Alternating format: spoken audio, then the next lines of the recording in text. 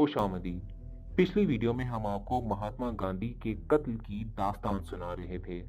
कुछ हमलावरों ने महात्मा गांधी के घर बिरला भवन के अंदर एक ग्रेनेड नस्ब कर दिया और वो फट गया और वो गांधी से महज 75 फीट दूर फट गया। मजीद आगे बढ़ने से पहले वीडियो को लाइक करें, चैनल को सब्सक्राइब करें और मजीद ऐसी वीडियोस देखने के लिए बेल आइकन को प्रेस कर दें।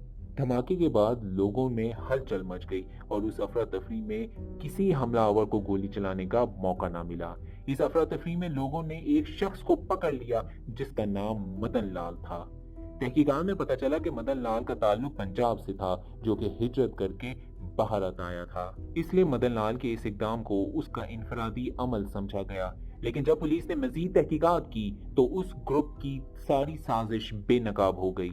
ये बात काबिल जिक्र है कि पुलिस रिकॉर्ड में मौजूद मदन लाल के बयान में सारी साजिश बयान की गई, लेकिन उस बात को छुपा लिया गया और पुलिस और हुकूमत ने मजीद उस पर कोई कार्रवाई ना की।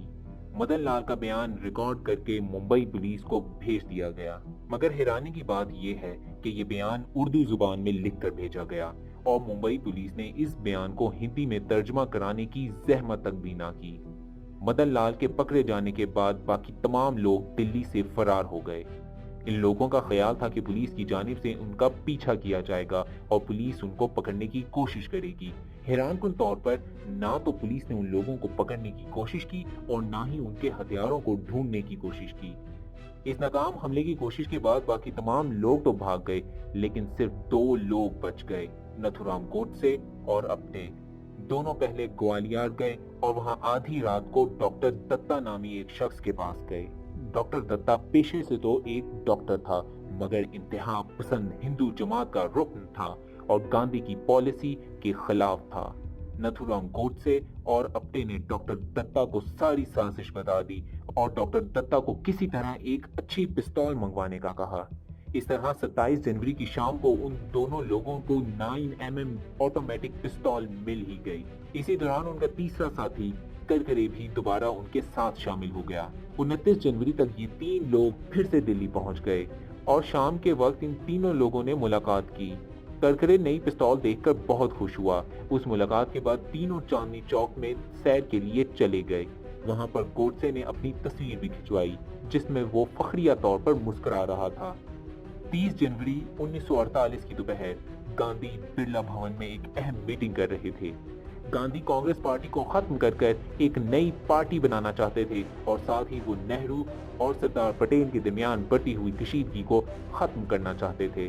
सरदार पटेल उस दिन गांधी को मिलने आने वाले थे।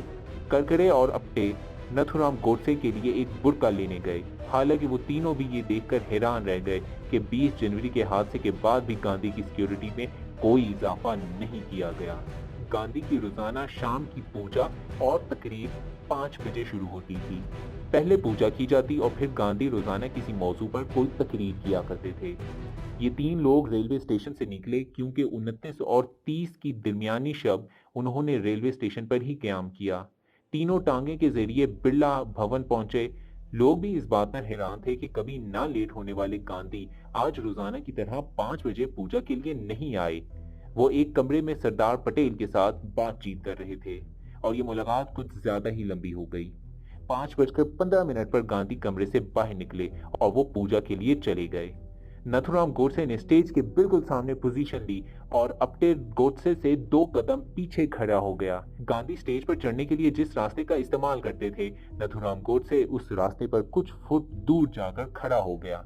गांधी को आता देखकर नथुराम गोडसे आगे बढ़ा और पहले उसने गांधी को मुखातिब करते हुए नमस्ते बापू कहा और गांधी के रास्ते में खड़ा हो गया। गांधी के साथ मौजूद लोगों ने नथुराम गोडसे को हटने का कहा। इसी दौरान गोडसे ने गांधी पर 3 गोलियां चलाई, जिसमें से 2 गोलियां गांधी के जिस्म के आर पार हो गई और एक गोली गांधी के जिस्म में ही पेवस्त हो गई।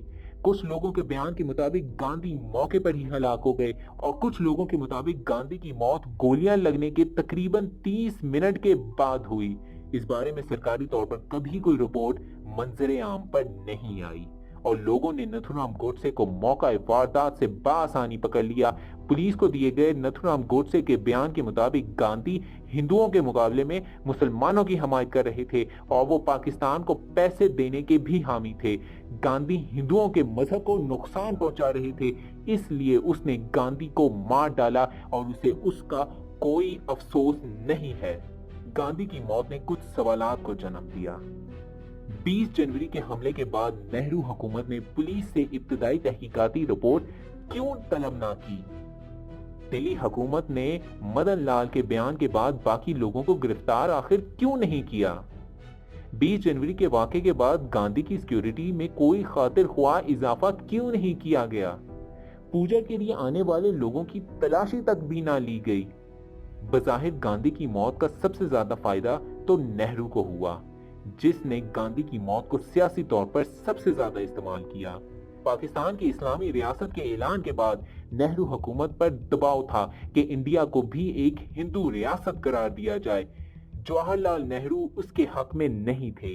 गांधी के इंतहा पसंद हिंदुओं के हाथों कत्ल के बाद जवाहरलाल नेहरू ने इंडिया को हिंदू रियासत करार देने से साफ इनकार कर दिया कि इस तरह इंतहा पसंदी हिंदुस्तान में और बढ़ जाएगी। नथुराम गोडसे पर पंजाब की अदालत में मुकदमे का आगाज हुआ। अदालत में मुकदमे की समाअत के बाद नथुराम गोडसे को कसूरवार ठहराया गया और नथुराम गोडसे को नवंबर 1949 को फांसी की सजा दे दी गई। गो के महात्मा गांधी के 2 लड़कों ने इस सजा में कमी की दरख्वास्त की, लेकिन उस वक्त के वजीर आजम जवाहरलाल नेहरू और वल्लभ भाई पटेल ने इस दरख्वास्त को रद्द कर दिया, जिसके बाद नवंबर 1949 को नथुराम गोडसे को सेंट्रल जेल में फांसी दे दी गई। ये थी महात्मा गांधी के कत्ल की मुकम्मल दास्तान। आपको हमारी वीडियो कैसी लगी? वीडियो पसंद आने की सूरत में वीडियो को लाइक करें, चैनल को सब्सक्राइब करें और नीचे कमेंट्स में अपनी कीमती राय से जरूर आगाह करें। बहुत शुक्रिया।